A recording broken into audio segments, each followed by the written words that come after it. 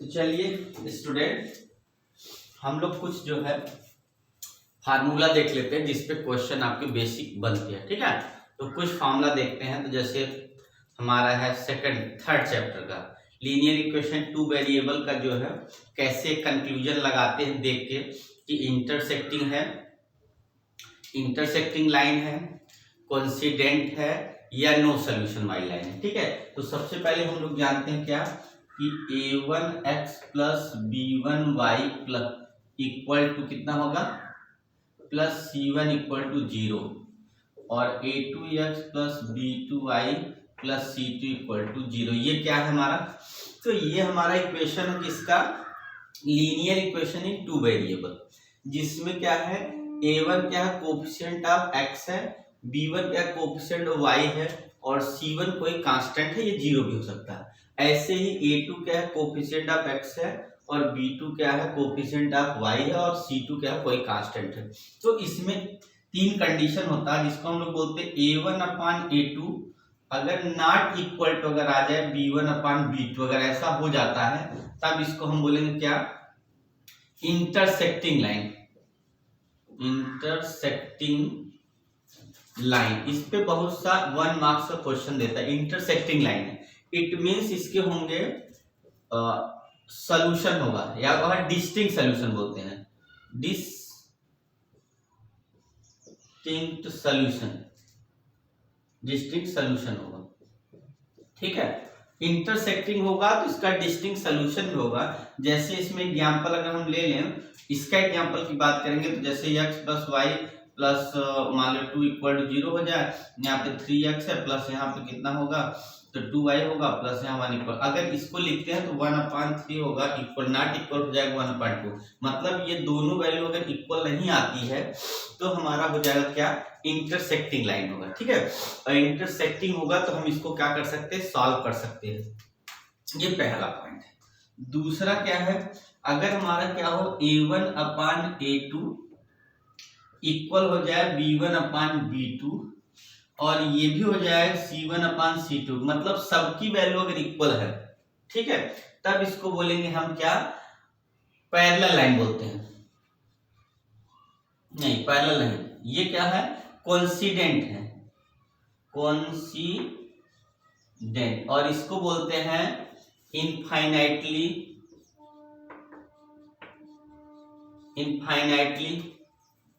Many solution.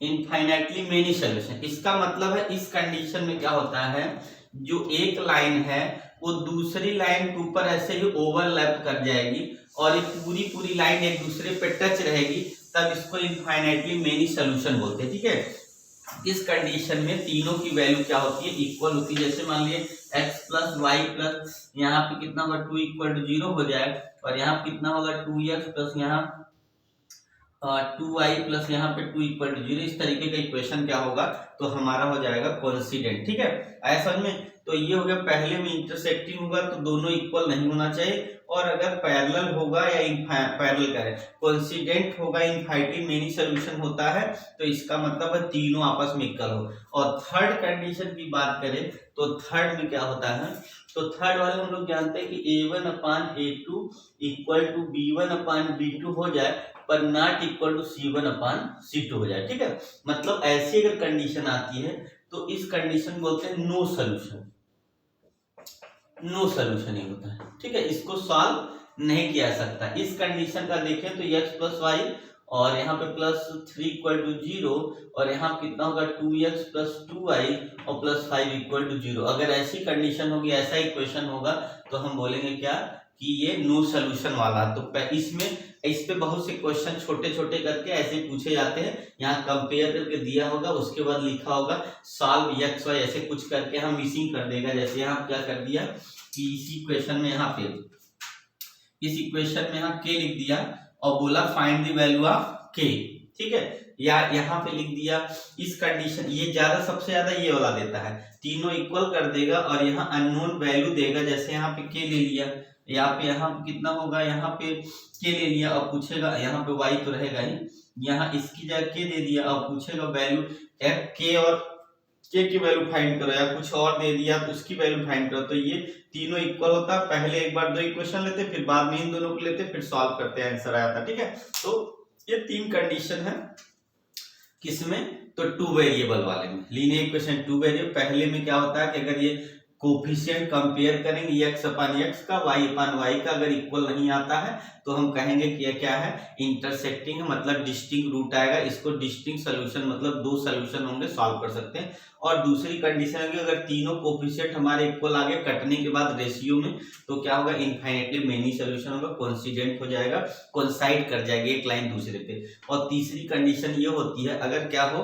कि पहला का x1 x मतलब x का कोफिशिएंट ले लिया, y का ले लिया, और जैसे C1 C2 का करेंगे तो वो इन दोनों के इक्वल नहीं आएगा, तो अब इसको हम बोलते हैं पैरेलल लाइन। पैरेलल लाइन क्या होगा, कभी एक दूसरे को काटेगी नहीं, इसलिए इसका सोल्यूशन कितना होगा, तो नो सोल्यूशन। इसको हम काट के सोल्यूशन नहीं ला सकते। ठीक है, तो हम थोड़ा थोड़ा चलिए फार्मूले पे आपको बताते चले। देखिए, तो इसमें एक ही यही फार्मूला है, इस पे ही जानना है। ठीक है ना, और इसमें मेथड है पहला, तो क्या हम लोग जानते हैं, सॉल्व करने के दो मेथड है। एक होता है सॉल्व के जो मेथड है वो क्या है, तो एक है इलिमिनेशन, एक इलिमिनेशन है, और दूसरा है इसमें जो हम लोग को पढ़ना है वो क्या होता है, तो सब्स्टिट्यूशन। और तीसरा मेथड जो नहीं पढ़ना, कट है, वो है क्या, क्रॉस मल्टीप्लिकेशन।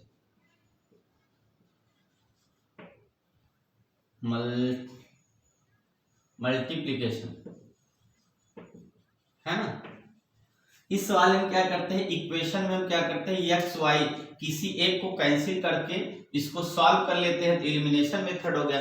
इसमें क्या करेंगे, हम फर्स्ट इक्वेशन से x की वैल्यू निकाल के सेकंड वाले में x की जगह प्लेस कर देंगे, सब्स्टिट्यूशन हो जाएगा। और क्रॉस मल्टीप्लिकेशन में क्या होता है कि क्रॉस का रूल अप्लाई करते हैं तब आता है। फॉर एग्जांपल जैसे एलिमिनेशन अगर है तो मान लीजिए x plus y plus 2 equal to 0 है, यहाँ पर हमने ले लिया 2x plus y plus 4 equal to 0 कर दिया।